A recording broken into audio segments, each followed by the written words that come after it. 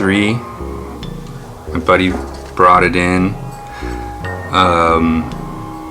Said it was noisy and that it just needed cleaning. Usually people don't know that their pedals need cleaning, but that's usually the problem with like 50% of the stuff I get, is that stuff is just old and dusty and dirty, and that is a problem for electricity because you need good connections, right? So yeah, I'm just gonna go ahead, give it a little cleaning, give it a little dusty. Gotta sometimes just get the dust off our gear, off our minds, off our habits. Things get dusty if they just sit, so you gotta use them. And if you remember, try to take care of them too. No judgment on that, like all my shit's dusty. Yeah, the dust gets down here in the pots. These are called pots, in case you didn't know that. And I can feel that that's a little, it should feel nice and smooth, and it feels like a little gritty in there. So what I'm gonna do, this is not like old vintage gear, so I'm gonna just use some Deoxit D5. I don't generally use this on old stuff because it can be a little abrasive, but for this it should be fine. Generally, if I'm taking it apart anyways, I'll just open up the back, and there's a little hole in the pot. You can really get the cleaning stuff, whatever you use, in there, but you can also just kind of put it around the shaft of the pot, just like a little bit. This bottle's almost empty. Maybe I'll use a little bit of this Deoxit too. Whoa. Whoa. And then you can just give it a little whirl. Clean your pots. It's important to do. If things are sounding scratchy, your pots need a cleaning 100% of the time. If you're having an intermittent sound, that could be more like a connection issue with like a wire is coming loose.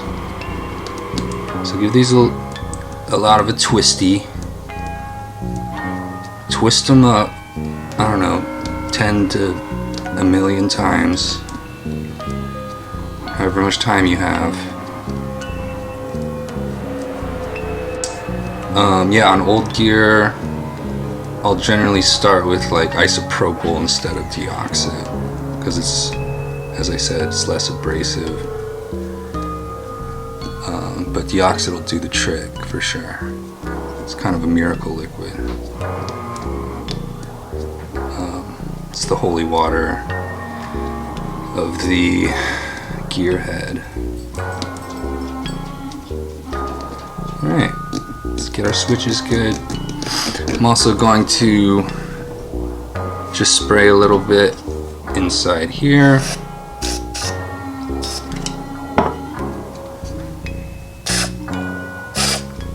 And then work those connections.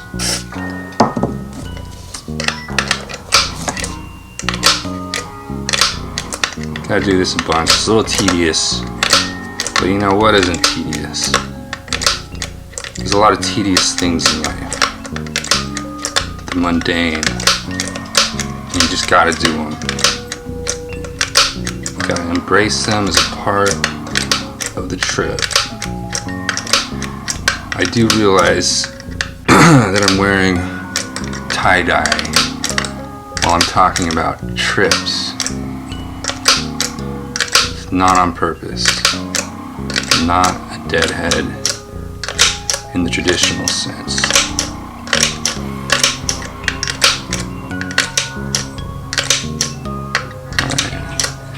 Right. I know where your heads are going with this. repeated action. I guess some of y'all's minds are in the gutter. That's okay. Mine's gotta go everywhere. Sometimes it's gotta go to the gutter. I've been in the gutter plenty of times. Don't stay there forever though. Pull yourself out of the gutter. Alright. See how this is doing here. You want to let that dry for like a minute or two. Don't generally want wet stuff in electronics. Although I think people freak out about it a little too much. So yeah. The directions, I believe, say wait 2 minutes. Alright. Let's see how this thing sounds. So yeah, Boss DD3, it's a workhorse. I had one of these at one point. I think it's a cool pedal. A lot of people have it, it's cheap. Can do what you want it to do, which is delay things. Make some weird sounds by messing with the delay tone. Boost that feedback. Turn up the effect level. Go up and down. Have some fun with it. It's got 600 milliseconds, 200 milliseconds, 50 milliseconds, and a hold. Hold.